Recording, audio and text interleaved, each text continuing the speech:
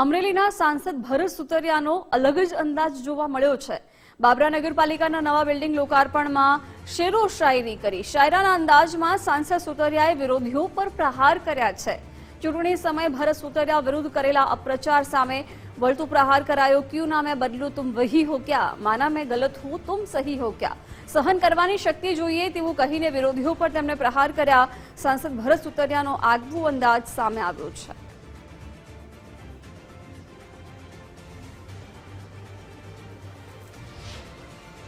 હમણાં મને એક ભાઈ કીધું કે તમે કેમ આવું આમ થોડોક સ્ટ્રોંગ માં બોલો છો ના તે, એટલે મેં એની પાછું બે કીધું, મેં કીધું ક્યું ના મેં બદલું તુમ વહી હો ક્યા, ક્યું ના મેં બદલું તુમ વહી હો ક્યા, માના મેં ગલત હું તુમ સહી હો।